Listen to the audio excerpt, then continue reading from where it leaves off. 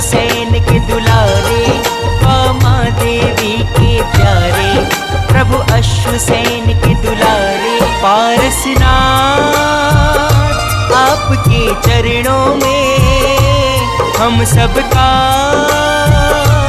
वंदन है।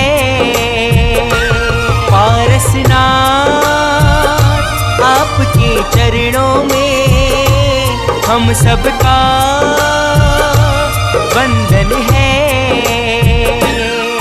वाह माँ देवी के प्यारे, प्रभु हुसैन के दुलारे, वाह माँ देवी के प्यारे, प्रभु हुसैन के दुलारे। पारसनाथ आपके चरणों में हम सबका वंदन है।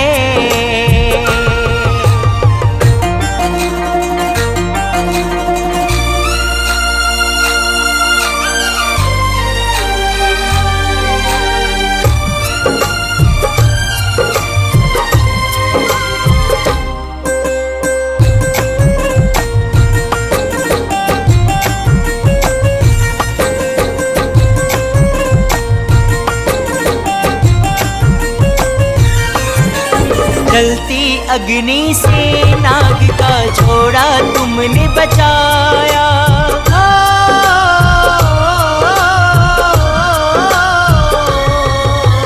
जलती अग्नि से नाग का जोड़ा तुमने बचाया। महामंत्र नवकार सुनाकर उनको देव बनाया। चिंतामणि वाले स्वामी प्रभु तुम हो अंतर्यामी। चिंतामणि वाले स्वामी प्रभु तुम हो अंतर्यामी। पारसनाथ आपके चरणों में हम सबका वंदन है। पारसनाथ आपके चरणों में हम सबका वंदन है।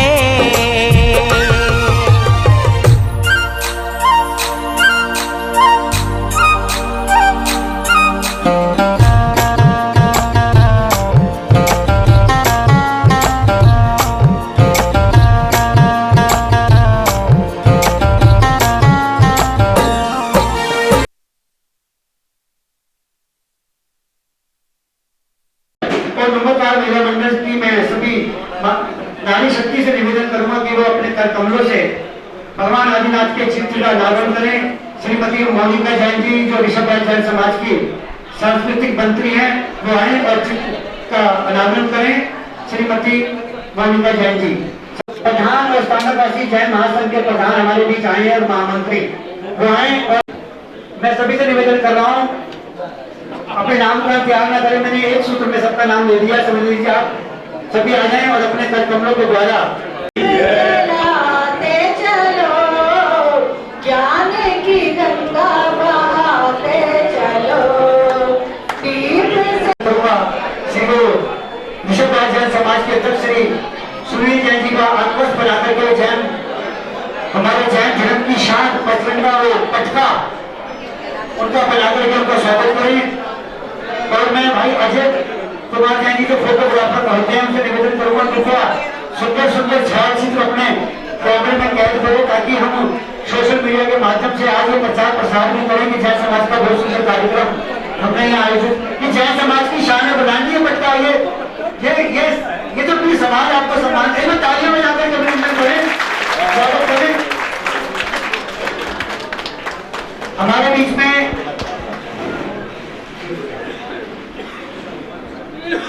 श्री ब्रिजनाथ जैन जी अध्यक्ष भोजपुर जैन समाज हमारे बीच पहुंच चुके हैं, उनका भी हार्दिक अभिनंदन स्वागत करते हैं। श्री कपिल जैन जी सूर्यनगर से हमारे बीच पहुंच चुके हैं, उनका भी हार्दिक अभिनंदन स्वागत करते हैं जो अध्यक्ष हैं।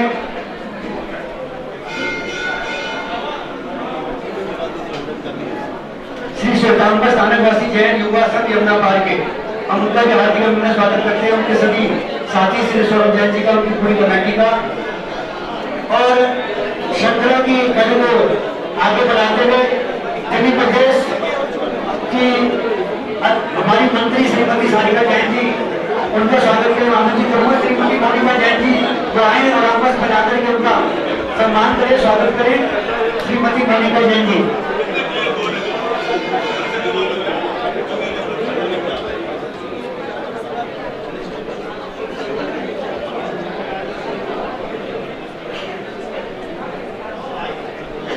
और तालियां बजाकर के अभिनंदन करें।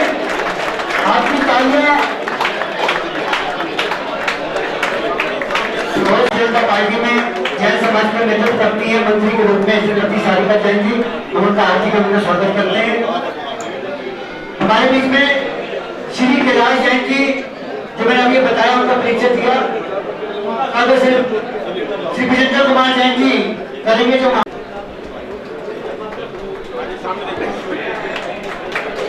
श्री नवीन जैन जी जो अध्यक्ष हैं दिगंबर जैन महासभा के, उनको स्वागत। श्री वैभव जैन जी जो महामंत्री हैं उस्मानपुर जैन समाज के और हमारे इस आज के कार्यक्रम के सहयोगी हैं, स्वागत करें।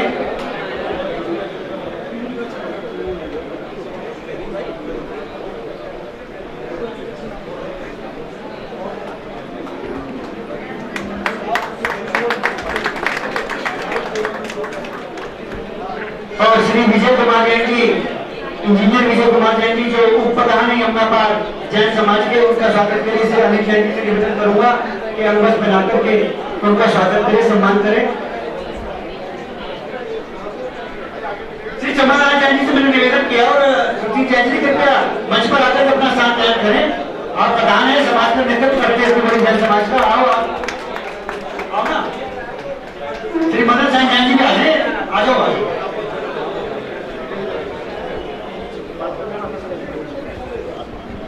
दिगंबर जैन समाज और जागृति जैन समाज के उनके स्वागत के लिए आमंत्रित कर रहा हूँ। श्री प्रदीप जैन जी, श्री राजकुमार जैन जी, उनका स्वागत करें।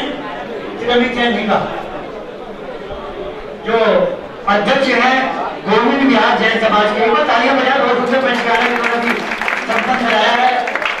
श्री वसुनंद जी महाराज के सुशिष्य श्री पशुमानंद जी और शिवानंद जी महाराज के पावन सानिध्य में, और जिस संस्था ने इसका बीड़ा उठाया था उस संस्था का हम सम्मान करेंगे। एक संस्था हमारे बीच में ऐसी भी है जो पंच कल्याणक कराती है, ऐसी संस्था का भी मैं यहाँ परिचय कराऊंगा। और श्री धर्मचंद जैन जी जो नवसार दिगंबर जैन समाज के प्रधान हैं, उनका स्वागत भाई श्री वीरेंद्र जैन जी करें। और जिस समाज से मैं आता हूँ कृष्णनगर जैन समाज से, उनके प्रधान श्री सतीश जैन जी का स्वागत मैं चाहूंगी। ये सौभाग्य मुझे मिले, मैं स्वागत उनका समापन। देखिए विराट जी की ये वो है कि सबसे अपने अपने क्षेत्र को चुना कृष्णनगर में इन्होंने 2000 ताली बजा के।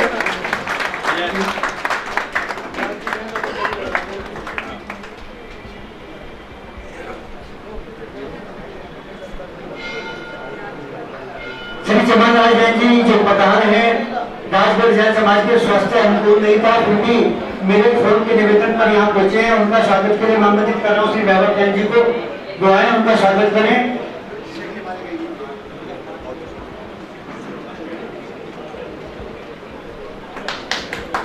हमारे बीच में जयप्रकाश नगर भजनपुरा के प्रधान श्री बच्चेलाल जैन जी का स्वागत के लिए मैं आमंत्रित करूंगा। प्रदीप जैन जी स्वागत करें।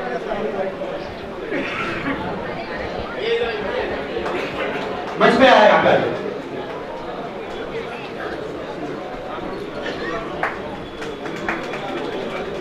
श्री संजय कुमार जैन जी चेयरमैन ज्योति गौरी जैन समाज ज्योति आए।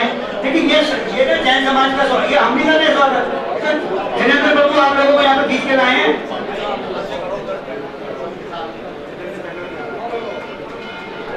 श्री संजय कुमार जैन जी तालियां बजाएं। पूरे ज्योति गौरी जैन समाज का चेयरमैन के रूप में प्रतिनिधित्व करते हैं। ये परिचय मैं इसलिए करा रहा हूँ कि आपको पता लगना चाहिए कि कैसे कैसे लोग हमारे बीच में जो अपना समय लगाकर के समाज का नेतृत्व करते हैं, उनका हम सम्मान कर रहे हैं। श्री मनोज कुमार जैन जी प्रधान शिवदेव जैन समाज, उनका स्वागत करेंगे। राजकुमार जैन जी मैं अपने सेवकों से निवेदन करूंगा कृपया सभी का स्वागत करते रहे। श्री नरेंद्र कुमार जैन जी प्रधान शागतपुर जैन समाज, और समझ चाहूंगा श्री मदन सिंह जैन जी, मैंने निवेदन किया था कृपया आप आओ मंच पर अपना साथ ग्रहण करो। श्री मदन सिंह जैन जी और उनका स्वागत श्री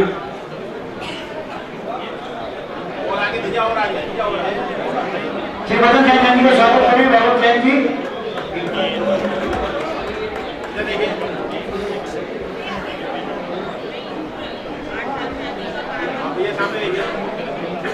श्री अनिल कुमार जैन जी, प्रधान बाहुबली जैन समाज में निवेदन करूंगा कि मंच पर आकर अपना स्थान ग्रहण करें और उनको स्वागत के आमंत्रित करूंगा। श्री राजकुमार जैन जी से उनका स्वागत करें। श्री अनिल कुमार जैन जी सीटेंगे। हमारे बीच में करुण जैन जी भी पहुंच चुके हैं, उनका हार्दिक उनका स्वागत करते हैं। कामेश्वर नाथ जी, श्रीमती ममता जी से निवेदन करूंगा कृपया कृष्णा जैन समाज अग्रिम पंक्ति में आकर अपना स्थान ग्रहण करें। विद्या सागर जी का परिवार हमारे बीच में पहुंच चुका है, उनका भी हार्दिक उनका स्वागत करते हैं। श्री विनोद कुमार जैन जी, महामंत्री पांडव जैन समाज, उनका भी हार्दिक उनका स्वागत करते हैं। कृपया उनका स्वागत करें।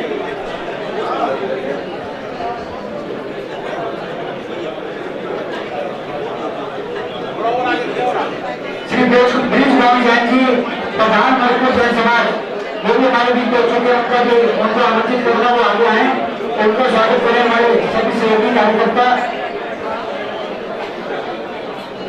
श्री धीरज कुमार जैन जी, मंत्री। देखिए, आप सोच रहे हो कि मैं प्रधान महामंत्री, मैं बता दूं सारे के सारे सम्मानित हैं, कोई प्रोटोकॉल नहीं है समाज में, कोई प्रोटोकॉल इसलिए नहीं चलता क्योंकि सारे के सारे अपने अपने क्षेत्र में अपनी महत्वपूर्ण भूमिका निभा रहे हैं। निश्चित रूप से मेरे लिए सारे सम्मानित हैं। जो आगे आगे पंक्तियों में बैठे, मैं उस क्रम से बुला रहा हूँ। आगे मैं सोच रहा कि मेरा नाम बाद में लिया और मेरा नाम पहले क्यों नहीं लिया। बस मेरे दिल में हमारे लिए सारे के सारे बहुत सम्मानित हैं। मैं पुनः बार ये निवेदन इसलिए कर रहा हूँ और ये चीज आज हम यहाँ से संकल्प लेकर भी जाएंगे। ये संकल्प इसलिए जरूरी है कि कहीं ना कहीं हम लोगों के दिमाग में बात ये घर चल देती है कि मुझे जो सम्मान चाहिए था वो सम्मान नहीं मिला। आपका सम्मान पूरी जैन समाज के अंदर है। जब भी आप यहाँ बैठे हैं निश्चित रूप से, क्योंकि आप समाज जितने भी लोग यहाँ बैठे हैं जैन समाज की अग्रिम पंक्ति के व्यक्ति हैं। आप सारे के सारे आप पूरी जैन समाज की टीम है, क्योंकि आप आकर के अपना स्थान ग्रहण करें। श्री आशु जैन जी और श्री लोकेश जैन जी पहुंच चुके हैं, उनका भी हार्दिक अपना स्वागत करते हैं। श्रीमती दीपिका जैन जी हमारे भी पहुंच चुके हैं, उनका भी हार्दिक अपना स्वागत करते हैं। श्री हर्ष मल्होत्रा जी, पूर्वी दिल्ली के लोकप्रिय सांसद प्रत्याशी, जिनका पूरी जैन समाज पूरी बेसब्री से इंतजार कर रही थी, आज वो हमारे भी समय से पहुंच चुके हैं। उनका हार्दिक अपना स्वागत करते हैं। श्री राकेश जैन जी, संरक्षक मुद्दाबाद जैन समाज, हमारे भी पहुंच चुके हैं, उनका हार्दिक अपना स्वागत करते हैं। श्री विजय कुमार जैन जी, स्वामी, उनका भी हार्दिक अपना स्वागत करते हैं। श्रीमती सोनिया जैन जी, हम उनका भी हार्दिक अपना स्वागत करते हैं। श्री मुक्ति जैन जी, उनका भी हार्दिक अपना स्वागत करते हैं। श्री राजकुमार जैन जी, मुंशी परिवार राजू भाई, उनका भी हार्दिक अपना स्वागत करते हैं।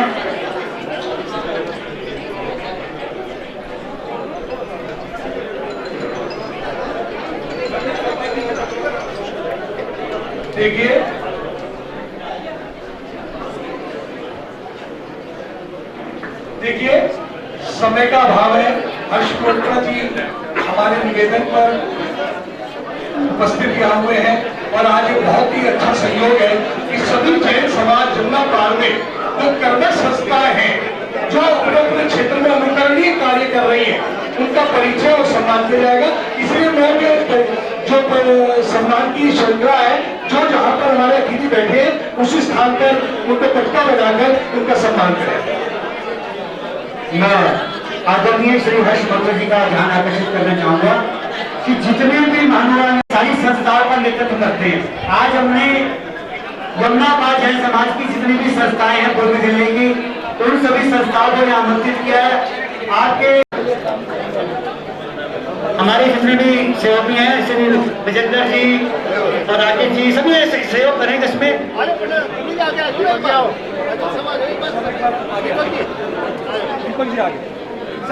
हाँ जी, सेंटर देखिए, इधर देखिए भैया, इधर आपकी तालियां बजाय तालियां, आपकी तालियों के बाद बहुत कम आ रही है, मुझे पूरे बार बार निवेदन करना पड़ रहा है।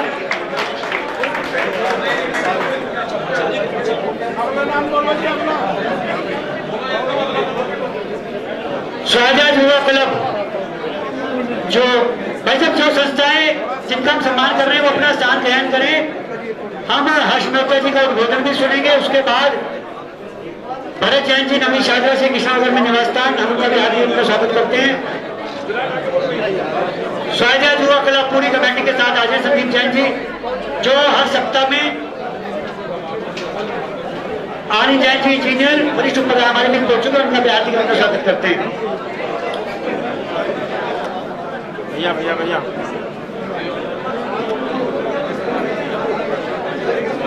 अखिल भारतीय शास्त्रीय परिषद हमारे बीच पहुंच चुकी है, हम उनका भी हार्दिक उनका स्वागत करते हैं। ब्रह्म सुंदरी महिला मंडल आ जाए, वो उनका स्वागत भी हम केवल अगला नाम बोल लेना जी।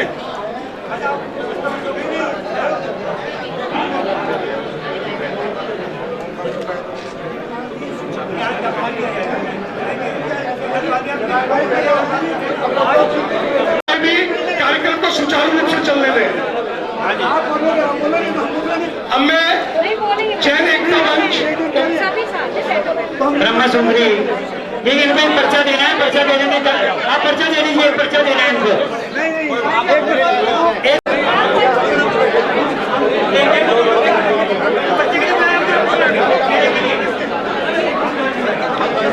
भाई साहब मेरा आपसे निवेदन है कि कार्यक्रम में अवरुद्धता न पैदा करें। मेरा हाथ जोड़ के निवेदन है, सभी मेरे जो हमारे कार्यकर्ता हैं उनसे निवेदन है भाई साहब को यथास्थान कुर्सी पर स्थान देना।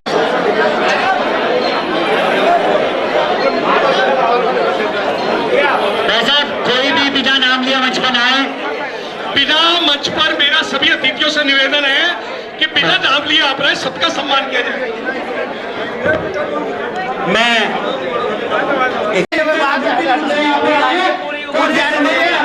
चाहिए पूरे जैन समाज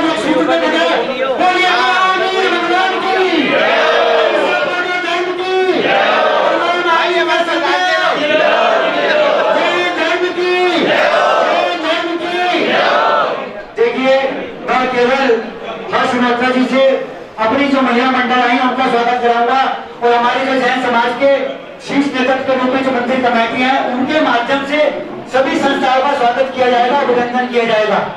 तो मैं ब्रह्मसूत्री महिला मंडल आगे आने की आ जाएगी थी और हर्ष मेहता जी अपने स्थान पर केवल कलमा कृपया उनको अंगत बना करके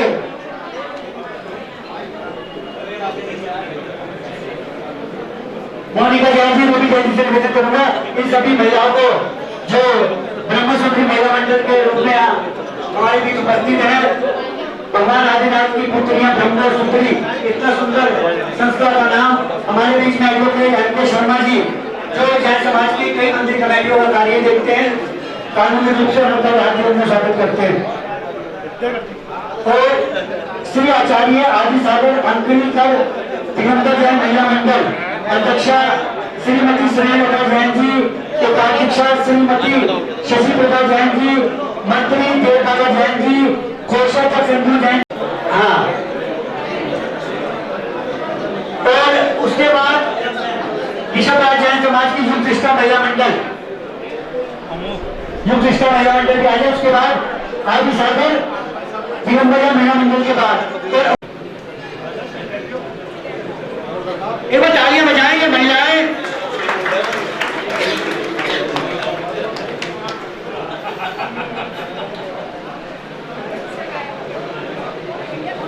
और उसके बाद युग दृष्टा महिला मंडल जो ऋषभराज जैन समाज की महिलाओं का बहुत सुंदर मंडल है।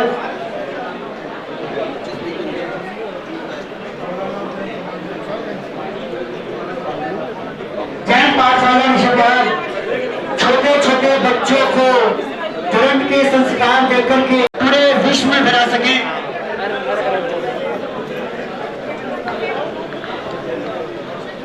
जैन पाठशाला महिला मंडल पूरी जैन पाठशाला का स्वागत करें। उनकी प्रधानाचार्य के रूप में श्रीमती रूबी जैन जी और उनकी सभी अध्यापिकाएं शिक्षिका के रूप में उपस्थित हैं।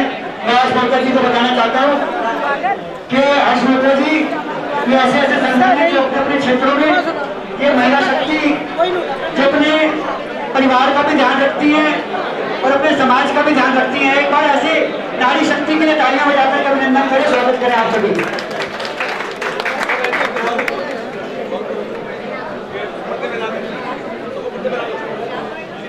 युधिष्ठिर महिला मंडल, उसके बाद युधिष्ठिर महिला मंडल, युधिष्ठिर महिला मंडल।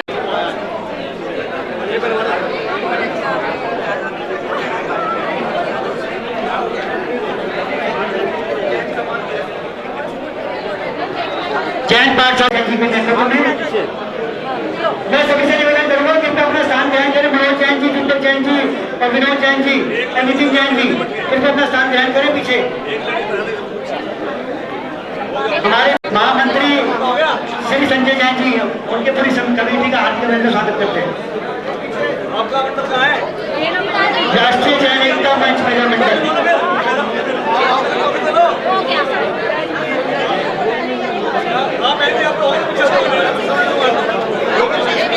ज्ञाति जैन उपाध्यक्ष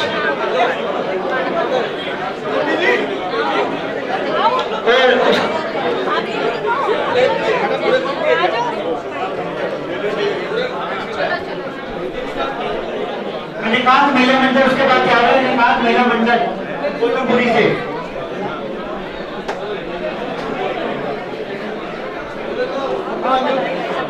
और उसके बाद शांतिनाथ महिला समाज शांति मोहल्ला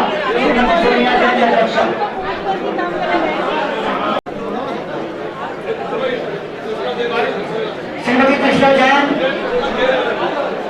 बिना लक्ष्मी नगर से। उसके बाद पहले अनिकाल महिला मंडल, उसके बाद क्या है नमोकार महिला मंडल सूरत बिहार अध्यक्षा मधु जैन, उनकी पूरी कमेटी। उसके बाद एक एक करके आए, देखिए चार पर अगर मंच खाली होंगे तो तुरंत अपना स्थान करिए।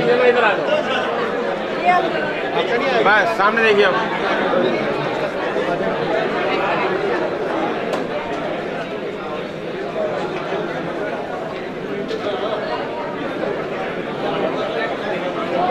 आज कृष्णा महिला मंडल बेगूसराय,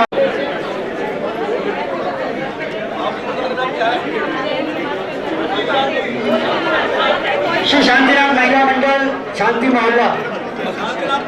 देखिए मंच की गरिमा बना करके रखें। मैं निवेदन कर रहा हूँ मंच की गरिमा ना खोलें। तो सभी संस्थाओं से निवेदन कर रहा हूँ कि सारी की सारी संस्थाएं बैठी रहें, उनका सम्मान एक एक संस्था का हम सम्मान करके उनका करेंगे एक एक संस्था का। श्री पंच परमेश्वरी महिला मंडल,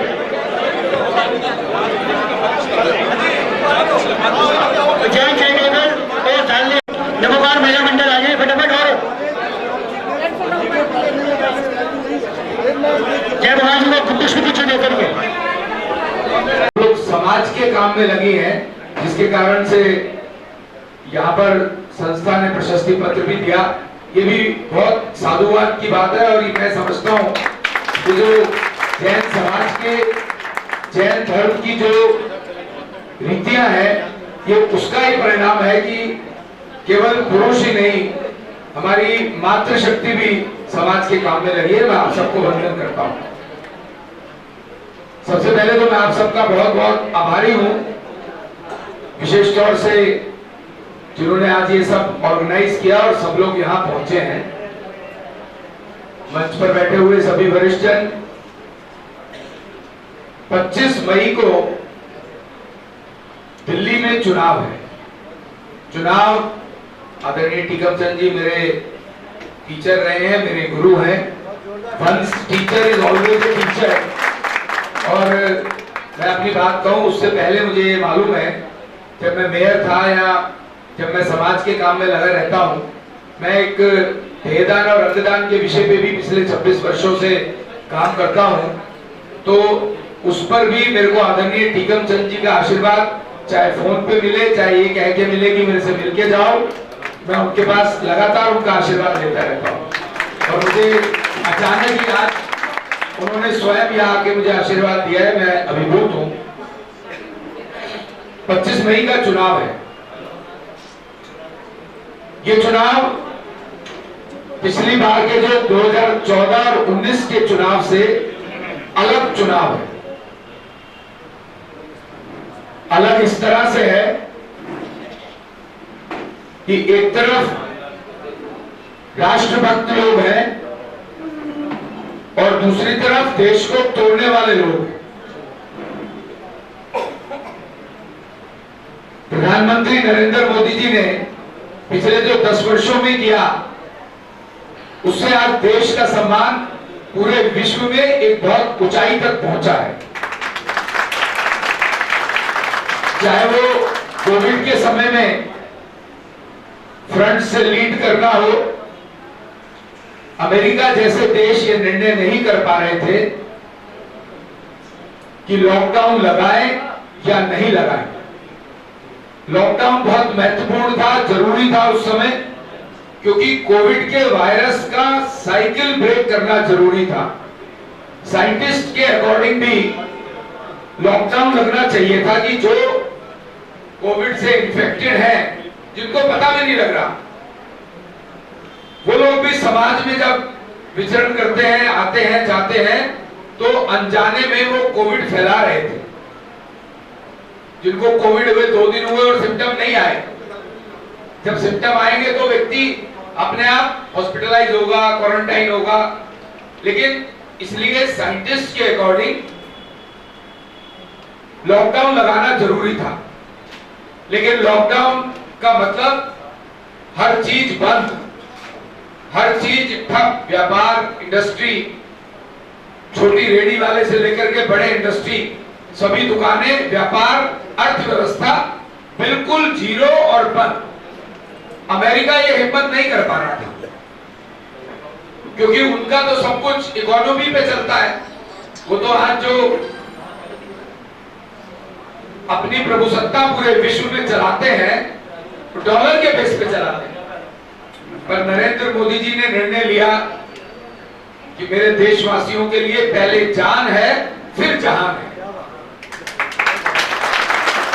उन्होंने सबसे पहले निर्णय लेकर के देश में लॉकडाउन लगाया, और न केवल लॉकडाउन लगा, लॉकडाउन आपके हमारे लिए था।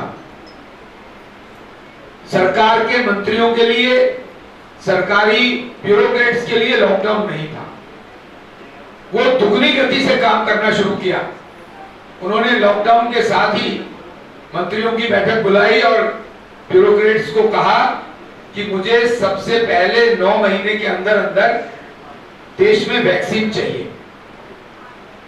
America, Canada, England, German, Japan, जो विश्व के सबसे धनाढ्य और डेवलप्ड कंट्रीज हैं, ये भी वैक्सीन बनाना शुरू नहीं कर पा रहे थे।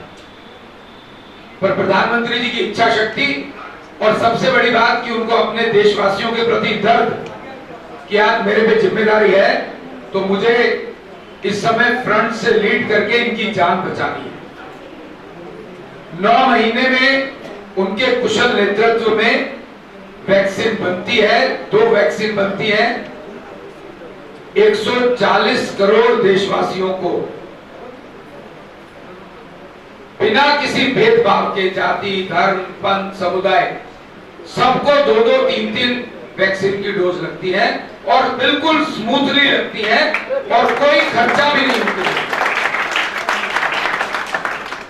मैं आपको बताना ये चाहता हूं कि अगर हमारे देश में वैक्सीन नहीं बनती तो क्या हाल होता। इंपोर्ट करनी पड़ती और एक इंजेक्शन जो हमें लगा उसकी कॉस्ट 20,000 रुपए पड़ती। 3-3 इंजेक्शन 60,000 रुपए प्रति व्यक्ति।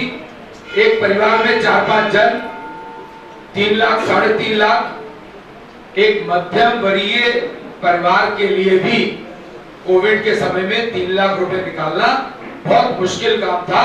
गरीब आदमी तो बेचारा मर ही जाता। पर प्रधानमंत्री जी को ये बात, क्योंकि दूरदृष्टा है, उनको समझ में आई कि हमारे देश के हालात क्या हैं, हमारे देश में साधारण मानस किस तरह से रहता है।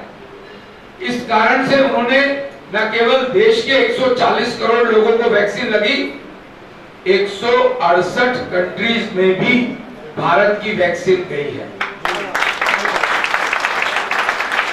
यहां से शुरू होता है हमारे देश का पूरे विश्व में सम्मान होना। ऑस्ट्रेलिया का प्रधानमंत्री ऐसे ही नरेंद्र मोदी जी को द बॉस नहीं बुलाता है। अफ्रीका का राष्ट्रपति, अफ्रीका की एक कंट्री का राष्ट्रपति जब प्रधानमंत्री वहां जाते हैं तो उनका पैर छू के अभिवादन करता है। आज जिस भारतीयों का सम्मान पूरे विश्व स्तर पे अगर बढ़ा है तो आदरणीय नरेंद्र मोदी जी की नेतृत्व और नीतियों के कारण बढ़ा है। मुझे बुजुर्ग मिले अभी 4-5 दिन पहले, मैं यही बात कर रहा था, तो उन्होंने मुझे कहा कि मैं अमेरिका बहुत फ्रीक्वेंटली आता जाता हूं, बच्चे वहां हैं। पहले की स्थितियों में और अब की स्थितियों में सिर्फ इंडियन पासपोर्ट देख के एक साधारण चेकिंग होती है और पहले जूते उतार के, कपड़े उतार के चेकिंग हुआ करती है। ऐसे ही जो देश में आतंकवाद को जो खत्म किया है, देश की सीमाओं को जो सुरक्षित किया है, 2008 में पाकिस्तान कराची से समुद्र के रास्ते मुंबई में बड़ा आतंकी हमला हुआ था। 250 से ज्यादा लोग मारे गए थे। कसाब नामक टेररिस्ट पकड़ा भी गया था। उस समय कांग्रेस की सरकार थी, यूपीए की, मनमोहन सिंह जी प्रधानमंत्री थे। उन्होंने इतने बड़े हमले के बाद, 250 लोगों के मरने के बाद भी कोई एक्शन नहीं लिया और पाकिस्तान के प्रधानमंत्री के साथ टेबल पर बैठ के शांति वार्ता कर रहे हैं। आपके घर में कोई घुस आता है, आपको मार के चला जाता है और आप शांति वार्ता कर रहे हो। कमजोर से कमजोर आदमी भी पत्थर फेंक के मार देता है। आपका कोई एफर्ट ही नहीं है। और जब प्रधानमंत्री नरेंद्र मोदी जी के समय में उरी की घटना होती है, पाकिस्तान से आए हुए आतंकी हमारे 18 सैनिकों को, सोते हुए सैनिकों को मार जाते हैं, उनकी शहादत होती है, तो भी पाकिस्तान के प्रधानमंत्री का फोन आता है कि मुझे बात करनी है। तो नरेंद्र मोदी जी कहते हैं 15 दिन बाद बात करूंगा, और 15 दिन के अंदर अंदर उन्होंने स्वयं लीड करके कमांडोज की टोली बनाई, उनके साथ बैठे, पूरी योजना बनी और पाकिस्तान के घर में घुस के आतंकवादियों के ठिकानों को तहस नहस करने के बाद पाकिस्तान के प्रधानमंत्री से पूछा था बात करनी है तो कर लेते हैं। ये भारत बदला है। ऐसे ही पुलवामा में भी हमारे सीआरपीएफ के 42 जवान विस्फोट से उड़ा दिए गए थे। 4 दिन के अंदर अंदर वहां पर एयर स्ट्राइक करके पाकिस्तान के अंदर घुस के आतंकवादी ठिकानों को खत्म करने के बाद उन्होंने चैन की सांस ली। उस दिन के बाद से कोई बड़ा आतंकी हमला भारत में नहीं हुआ है। आज भारतीय सैनिकों को स्पष्ट आदेश है, अगर पाकिस्तान की तरफ से गोली आए तो आप बिना पूछे गोला दाग देना। पहले ऐसा नहीं था। हमारे भी परिवार के लोग बॉर्डर पर गए थे।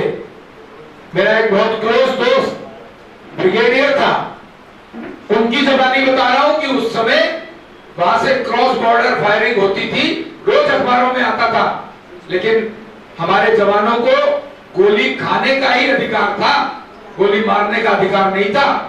उनको पहले दिल्ली से पूछना पड़ता था, 48 घंटे 72 घंटे बाद आदेश आता था, तब तक कुछ का कुछ हो जाता था। आज वो स्थितियां बदली हैं।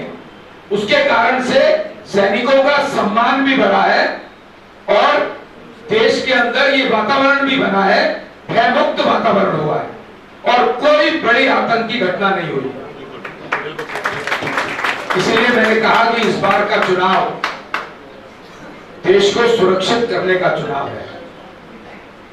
आज जो अपोजिशन में जो पार्टीज हैं उनको कुलबुलाहट हो रही है कि अगर नरेंद्र मोदी तीसरी बार भी प्रधानमंत्री बन गए तो उनका दाल दलिया भ्रष्टाचार सब समाप्त हो जाएगा। भारतीय जनता पार्टी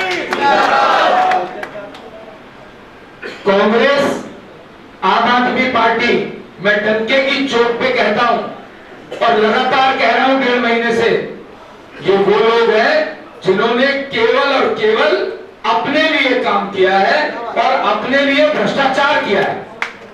आज कांग्रेस ने देश को तोड़ने वाले व्यक्ति को उत्तर पूर्वी से टिकट दी है। कन्हैया जो जेएनयू में बोलता है इंटरनेशनल मीडिया के सामने, भारत तेरे टुकड़े होंगे इंशाअल्लाह इंशाअल्लाह। अफजल गुरु की फांसी पे वो शर्मिंदा होता है और कहता है कि हम शर्मिंदा हैं, तेरे कातिल जिंदा है। अफजल गुरु वो व्यक्ति है जिसने भारत की संसद पर आतंकी हमले को प्लान किया, मास्टरमाइंड था उसको भारत के सुप्रीम कोर्ट ने सजा दी। इसका मतलब कन्हैया उसका कातिल सुप्रीम कोर्ट को मानता है और वो कानून और देश की ऐसी व्यवस्थाओं को मानने को तैयार नहीं है। ऐसे व्यक्ति को अगर कांग्रेस अपना नुमाइंदा बनाती है तो आप उनका माइंडसेट देख सकते हैं, आप उनकी सोच सकते हैं क्या है। आम आदमी पार्टी के कैंडिडेट से मैंने पूछा था कि आपके इलाके के लोग जहां से आप विधायक हैं, आप फ्री पानी की बात करते हैं, वहां तो साफ पीने का पानी भी नहीं है। 500 विद्यालय देने की बात केजरीवाल ने करी थी, क्या 7 या 5 विद्यालय कोटली विधानसभा में खुले हैं? क्या वहां सीवर लाइन की व्यवस्था ठीक है? पूरी दिल्ली में 20 कॉलेज और 20 बड़े अस्पताल खोलने की बात केजरीवाल साहब ने बड़े डंके की चोट पे कही थी, तो कोटली में या जमनापार में एक महाविद्यालय कॉलेज या एक बड़ा अस्पताल तो खोलना चाहिए था। कोई जवाब नहीं था उनके पास। मैंने पूछा कि कन्हैया को कांग्रेस ने अपना कैंडिडेट बनाया है तो इसका मतलब आप इसका भी समर्थन करते हैं? मना नहीं कर पाए। क्यों नहीं कर पाए ये भी बताता हूं। वो येन केन प्रकरण सत्ता में आना चाहते हैं भ्रष्टाचार के कारण। 65 वर्षों तक कांग्रेस ने देश को लूटा है। कौन सा घोटाला ऐसा है जिनमें उनके नेताओं का नाम नहीं आता? बोफोर्स, 2G, कोयला, वार विडोज को जो मकान देने थे, आदर्श घोटाला। कौन सी ऐसी चीज में इन्होंने भ्रष्टाचार नहीं किया और इनका कौन सा मंत्री इन्वॉल्व नहीं है? और मैं डंके की चोट पे कहता हूं आप सबको, पिछले 10 सालों में नरेंद्र मोदी जी के एक भी मंत्री, स्वयं नरेंद्र मोदी पे क्या एक भी भ्रष्टाचार का आरोप है? मित्रों, आज धर्म युद्ध है। आज देश की दशा और दिशा आप लोगों ने तय करनी है। आपने ये तय करना है नरेंद्र मोदी जी के अनुसार 2047 में वो विकसित भारत देखना चाहते हैं। पिछले 10 सालों में भारत की अर्थव्यवस्था विश्व की 5वीं बड़ी अर्थव्यवस्था बनी है और अगले 5 सालों में वो विश्व की 3री बड़ी अर्थव्यवस्था भारत को बनाने का सपना देखते हैं। 2047 में आपके हमारे बच्चों को स्वर्णिम भारत में सांस लेना, ये उनका सपना है। भारत विकसित देश होगा, ये उनका सपना है। और दूसरी तरफ जो देश को तोड़ने वाले लोग हैं, उनका क्या सपना है? क्या उनका विजन किसी को पता है? उन्होंने एक भी किसी बड़े भाषण में ये कहा कि मैं भारत के लिए ये करना चाहता हूं? क्या उनके पास कोई एक भी नेता है जो मोदी जी के 10% भी हो, जो देश को संभाल सके? मैं आपको एक बात की चेतावनी भी देना चाहता हूं। जो परिस्थितियां विपक्षी पार्टियों ने बना दी है, जो जाफराबाद में दंगे हुए, शाहीनबाग में 40 दिन तक लोग बैठे रहे, दिल्ली के बॉर्डर पर तथाकथित किसान बैठे रहे, ये सब चीजें थी और विदेशी ताकतें हमारे देश में जो ये इंडी गठबंधन के लोग हैं, इनके कंधे पे बंदूक रख के ये सब काम करवा रहे थे। देश को तोड़ने का काम करवा रहे थे ये लोग। अगर इन गलती से भगवान ना करे इनकी सत्ता आ गई तो ये देश दोबारा गुलामी की तरफ चला जाएगा। 1000 वर्ष मुगलों ने शासन किया है आपके हमारे पूर्वजों पर, 200 वर्ष अंग्रेजों ने शासन किया। वो सब इन्हीं ऐसी ही परिस्थितियों के कारण, जब उस समय जयचंद पैदा हुए, उसके कारण से देश 1200 वर्ष गुलाम रहा है। मैं आज आपसे निवेदन करने ये आया हूं, तय आपको करना है कि हमारी युवा पीढ़ी 2047 के विकसित भारत को देखेगी कि 2047 में गुलाम भारत को देखेगी। उसके लिए मेरा निवेदन, इस बार का वोट 100% वोट चाहिए, नहीं तो लोग दुबई से आ रहे हैं वोट डालने के लिए। जितने भी शाहीन बाग वाले लोग हैं उनका वोटिंग परसेंटेज 20% स्वयं है। हमारा मुकाबला इसलिए करते हैं क्योंकि 80% 85% वोट पड़ता है उनका। हम लोग राष्ट्रभक्त लोग हैं, हम भी चाहते हैं हम देश के लिए कुछ करें, लेकिन हमें ये लगता है कि भगत सिंह मेरे पड़ोसी के घर पैदा हो जाए, मेरे घर में पैदा ना हो। मैं तो सिर्फ एक छोटा सा निवेदन ये करने आया हूं, यहां पर पूर्वी दिल्ली के, जमुना पार के, जैन समाज के सभी मौजूद लोग बैठे हैं।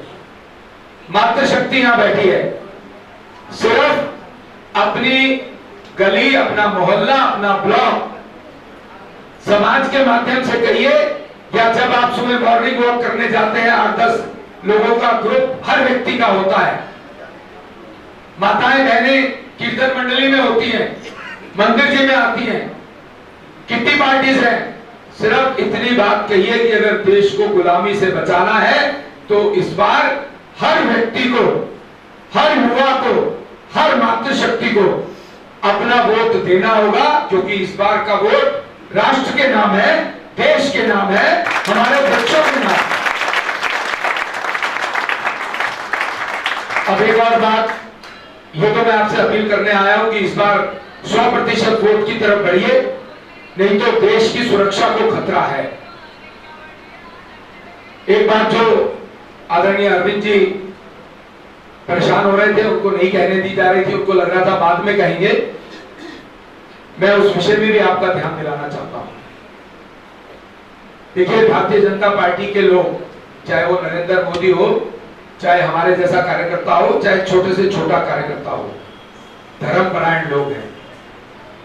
और जिन्होंने राम मंदिर 550 वर्षों के संघर्ष के बाद मौका मिलने पर बनवाने में मदद की है, तो क्या वो जैन धर्म के गुरुओं के लिए, आदरणीय भगवान महावीर स्वामी जी के लिए जो ये विषय चल रहा है उससे पीछे हट जाएंगे?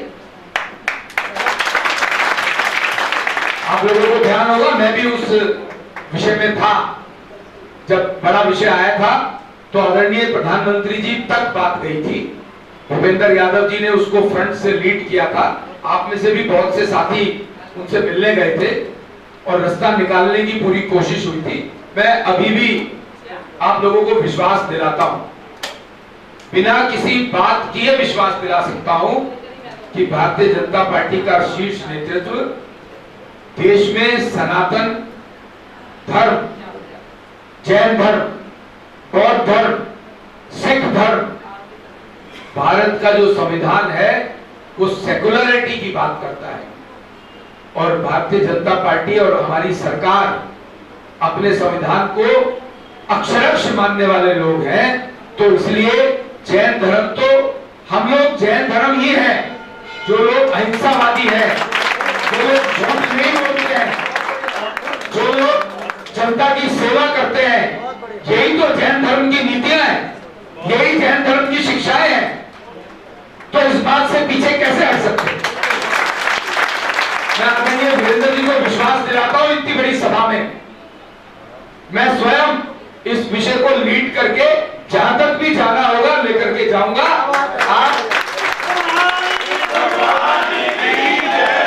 आप इस बात से निश्चिंत रहें, यह विषय खाली जैन समाज का नहीं है, यह विषय सकल हिंदू समाज का भी है। और मैं उसमें अगुवा होकर के इतनी बड़ी सभा में कह रहा हूं, मंदिर जी के बीच में कह रहा हूं कि मैं अपना 100% इस काम के लिए दूंगा और स्वयं लीड करके इस समस्या का समाधान करने की कोशिश करूंगा। भारत माता की जय। मैं आप लोगों का एक बार पुनः धन्यवाद करना चाहता हूं। आभार